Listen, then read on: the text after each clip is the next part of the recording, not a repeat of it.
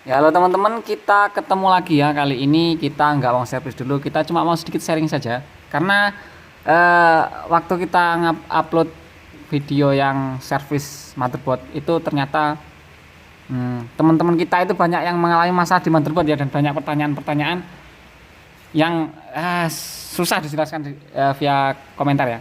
Oke lah, sebelum lanjut kita ke penjelasannya ini, sedikit info buat teman-teman yang baru saja bergabung, yang belum subscribe, silahkan ditekan tombol subscribe-nya dan dinyalakan lonceng notifikasinya supaya channel kita bisa berkembang ya. Dan untuk teman-teman yang berniat untuk mendalami dunia teknisi itu bisa ikuti channel kita juga.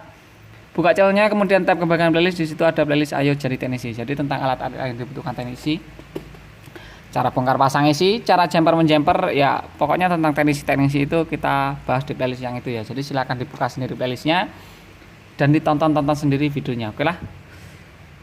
Kita di sini juga niatnya cuma mau sharing-sharing saja ya. Jadi kita nggak bermaksud menggurui atau apapun. Jadi kalau ada yang kurang silahkan tambahkan di kolom komentar ya. Ya, yang pertama yang sering terjadi ya, yang sering terjadi dan yang paling susah penanganannya itu biasanya yang motherboard.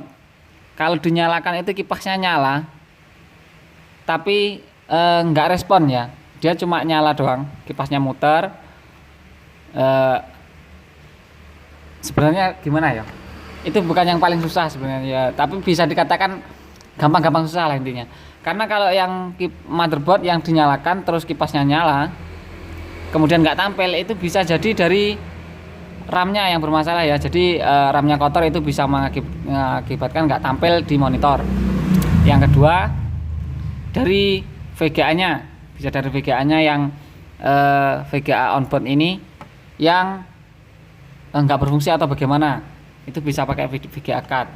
Kemudian ada juga yang dari chipsetnya, jadi silakan diangkat chipset kemudian diganti chipset yang lain, itu bisa normal kembali. Ada juga yang ternyata cuma CMOS-nya ini baterainya habis ya. Jadi CMOS yang ini, nah ini baterai CMOS itu seperti ini ya. Ini seperti ini baterai CMOS. Ini habis. Kadang kalau ininya kosong, di sebagian motherboard itu ada yang nggak mau muncul di monitor ya.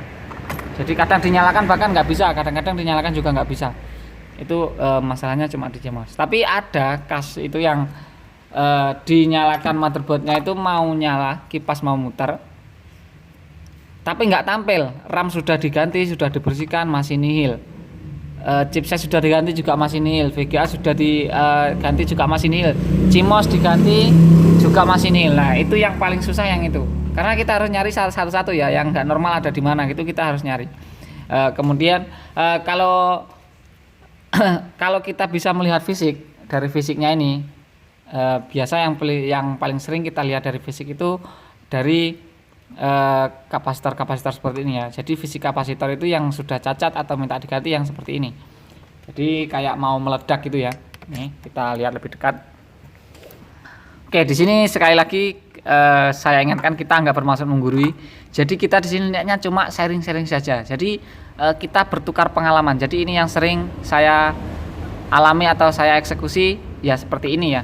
Karena saya sendiri dulu nggak belajar, nggak sekolah gitu loh. Maksudnya nggak sekolah di perteknisian ini, nggak sekolah, saya autodidak gitu loh. Dan juga cari-cari di YouTube. Nah makanya kita sharing juga di YouTube ini, kita sebagai balas budinya gitu ya. Oke, yang pertama dilihat dari fisiknya ini, fisiknya kapasitor seperti ini. Nah ini ada fisik yang sudah kembung. Nah ini kalau ini motherboard yang ini memang khusus untuk kanibalan, bahkan biasnya sudah kita ambil, ini biasnya sudah hilang. Ini memang untuk kanibalan, jadi tidak untuk diperbaiki ya. Jadi kalau misalnya ini ke monitor yang normal, yang mau diservis, itu yang kayak gini harus kita ganti dulu. Jadi kayak agak kembung gitu. Walaupun kelihatan agak rata, tapi ininya sudah nggak sejajar. Kalau yang bagus itu seperti ini ya. Nah ini yang bagus. Yang bagus seperti ini, masih rapi seperti ini. Jadi ini walaupun dia sejajar tapi agak kembung dikit, ini ganti. Ini ganti, ini ganti, ini ganti. Ini ganti, ini hampir semua ganti ya. Ini ganti. Nah pokoknya biasanya ada salah satu yang kembung. Kemudian ada juga yang shotnya itu cuma shot kecil di IC audio, biasanya di Realtek-nya ini ya. Itu kita angkat bisa normal, tapi itu harus advance ya. Jadi kita harus melakukan pengecekan menggunakan multitester seperti ini, dan itu susah dijelaskan ya. Saya sendiri kurang ngerti rumusnya bagaimana, tapi mainnya insting lah. Ini kurang normal. Jadi kalau sering-sering eksekusi pasti teman-teman bisa hafal jalur-jalur yang ini segini arah segini ukurannya, segini arusnya, itu sudah hafal ya. Kemudian ada juga yang bermasalah ada di MOSFET. Jadi MOSFET-nya ini MOSFET seperti ini kadang kalau nggak short tapi dia nggak berfungsi, arusnya itu juga nggak mau tampil ya. Dia nggak mau proses ke CPU, ke chipset atau ke VGA-nya. Jadi yang paling enak itu yang pertama kalau cuma muter doang ya. Itu yang pertama yang jelas ya, RAM, chipset sama VGA diganti dulu, CMOS juga. Kalau masih nihil, nah baru kita ke yang berikutnya, yaitu biasanya kalau saya kipas dilepas tapi tetap dicolokkan ke jacknya ini. Jadi biar kita tahu kalau dinyalakan itu kipasnya muter, berarti kalau masih muter itu masih nyala motherboardnya ya. Itu biasanya kita raba ini. Kalau ini anget, berarti chipsetnya ini berarti jalur yang mengarah ke chipset ini aman. Jadi chipsetnya bisa bekerja ya. Ini kalau ini anget. Tapi kalau ininya nggak anget sama sekali, berarti kita ubek-ubek di daerah itu aja, di daerah yang ini yang menghalang. Kemudian ada lagi yang kerusakan di motherboard itu kalau dinyalakan nggak ada respon sama sekali. Itu bisa dari tombol powernya, juga bisa dari power supply-nya. Ingat ya, bisa dari salah satu dari itu. Ada juga yang dinyalakan itu cuma gerak sedikit atau gerak sebentar untuk kipasnya ya. Jadi sekali dinyalakan langsung cuma gerak sebentar. Itu macam-macam. Ada yang dari BIOS, ada yang dari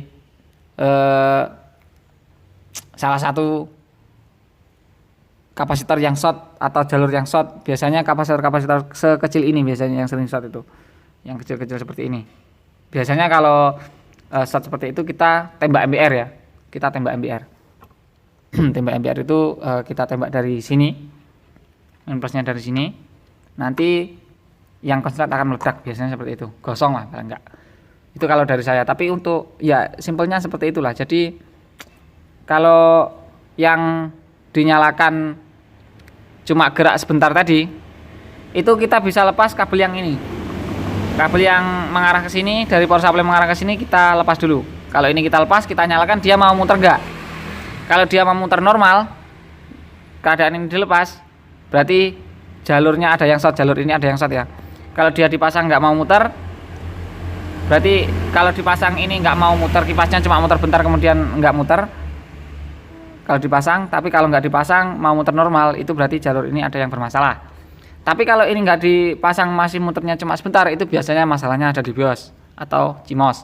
Pokoknya itulah yang sering kita alami ya. Jadi nggak tahu itu arah rumusnya bagaimana juga kita nggak tahu. Pokoknya itu yang sering saya alami. Jadi masalah motherboard itu cuma segitu ya. Itu lepas dari power supply ya. Kita asumsinya di sini power supply normal, kita anggap normal. Jadi ya masalahnya ya itu tadi. Kalau yang lain apa ya? Ya mungkin ya sesimpel itu sih. Kalau kerusakannya sesimpel itu, tapi eksekusinya yang rumit. Karena kalau yang susah itu yang kipasnya muter, ini dicolokkan masih muter, tapi nggak mau respon, ininya nggak anget. Itu kita baru nyarinya yang agak setengah mati itu. Nyarinya susah banget ya, pokoknya nyarinya susah banget. Oke lah, jadi ini sedikit sharing dari kita. Jadi cukup sampai sekian dulu video kali ini ya. Ini hanya sedikit sharing. Jadi kalau masalah motherboard mati, rusaknya gini, kira-kira yang rusak yang mana? Kita nggak bisa nentuin rusaknya yang ada di mana. Jadi kalau misalnya dinyalakan kok cuma gerak sebentar kipasnya, kita nggak bisa mastiin jalur ini yang short. Tapi masih ada banyak lagi, bisa dari ini, bisa dari BIOS atau bisa dari jalur-jalur yang lain. Kemudian kalau cuma muter doang, itu bisa dari RAM, bisa dari VGA, bisa dari chipset, bisa juga dari jalur yang mengarah ke chipset. Jadi dia nggak bisa chipsetnya ini sama saja nggak bekerja, atau jalur yang mengarah ke chipset ini ada yang putus, jadi sama saja nggak dipasang chipset. Jadi kurang lebih seperti itu ya. Jadi kalau teman-teman tanya di kolom komentar, PC saya rusaknya seperti ini bang, jadi kira-kira yang rusak yang mana, kita nggak bisa nentuin sebelum kita cek ini. Cuma mungkin di komentar kita jawabnya yang sering rusak ininya gitu loh, nggak bisa spesifik, tapi kalau untuk akurasinya atau yang lebih akurat itu kita harus cek secara langsung. Oke lah, jadi cukup sekian dulu ya video kali ini, semoga videonya bisa dipahami walaupun saya ngomongnya belepotan seperti ini. Mohon maklum ya.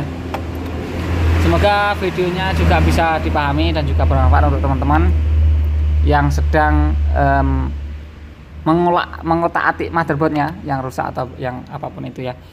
Jadi cukup sekian dulu video kali ini, semoga videonya bermanfaat ya. Jangan lupa terus ikuti kita dengan cara diklik subscribe dan dinyalakan lonceng notifikasinya, dan kita ketemu lagi di video berikutnya, dan bye bye. Oh iya, kalau ada yang mau tanya-tanya silahkan tanya di komentar, dan juga nanti kita taruh IG-nya di atas ini ya. Oke, bye bye.